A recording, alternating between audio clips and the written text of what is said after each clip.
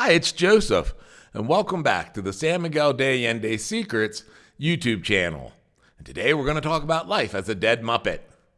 As always, in the descriptive box below, there's links to various websites if you need more information, including Amazon.com if you wish to purchase any of the best-selling books in the San Miguel de Allende Secrets book series. For Day of the Dead festivities last year, I was bestowed an honor foreigners don't normally get to embrace. I was asked to be a moiganga, one of the large papier-mâché puppets with long floppy arms that dance all around town.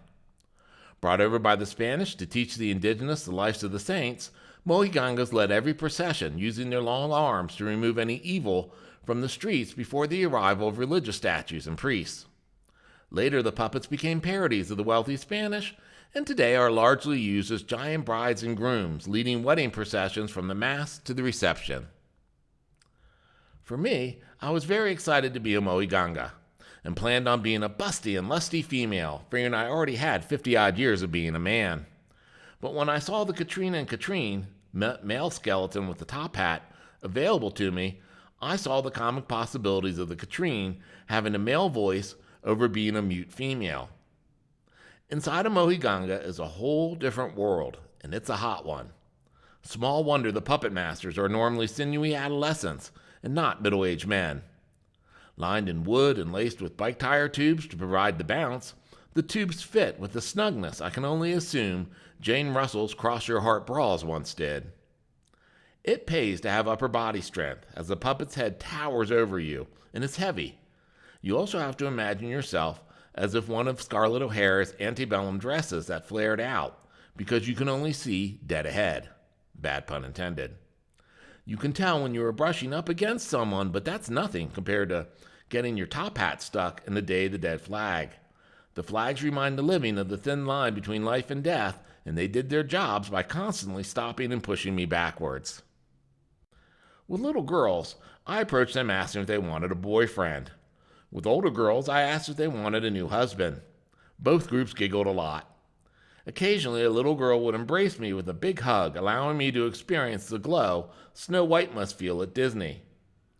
For dogs and babies, normally my core audience when not a towering skeleton, I was greeted like a walking car accident. They found me oddly fascinating, but didn't want anything to do with me. Both sometimes growled. At this point, the police arrived, as the Katrinas, all being artists themselves, were meticulously applying their multiple layers of makeup. It appears the morning spent doing chalk drawings and building an altar was wasted time, as our permit only permitted the group to parade on the upper sidewalk, not down below in the park itself where we were. Well, the group's leader was a dead Frida, and she is as tough as the living Frida was. When the conversation got heated, the police threatened to arrest the group. It was here my papier-mâché skull flung around like Linda Blair's head to pay more attention. "Go ahead," Frida hissed. "I'm sure I'll make some pretty pictures that you're arresting 15 Katrinas and one giant Katrine when the mayor arrives for the dedication." What? I thought. Oh crap. The giant Katrine would be me. I can only see out of a tiny slit of cloth, about puppet belly button height, and I'm thinking what objects could be inserted there in a Mexican prison. Luckily, like I said, dead Frida is tough. And when the police left, so the buzz of applying eyeliner and foundation refilled the air. Next came a procession with a tuna band. Luckily, being a dance teacher, I know enough music and steps to entertain myself, except without hands. I could never find my puppet hands to lead with. I, like Billy Idol, was dancing by myself. Getting a bit bored, I decided to work the crowd again, this time targeting cell phone users too obsessed with their call to view my stumbling approach and towering the towering form, not from, that was leaning over them. Noticing a top hat-shaped shadow, the caller would normally turn around, startled. Since it was all in good fun, it was a real crowd pleaser. A different type of pleaser was during a more serious ceremony at the altar when I felt a hand on my back.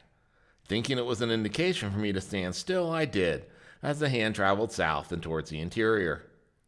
I assumed it was one of the Katrina gals having some fun, but learned later it was actually an older man I didn't know that disappeared into the crowd. "Who knew Mohigangas were a sexual fetish. I learned this type of fondling in a crowd is not unusual for puppeteers, and it made me wonder if folks did the same type of stuff with mascots. I'll never look at the Nittany Lion in quite the same way again. As always, feel free to click the subscribe button below, and you'll get daily notifications of new Day of the Dead videos that come out this month on San Miguel de Allende's Secrets YouTube channel.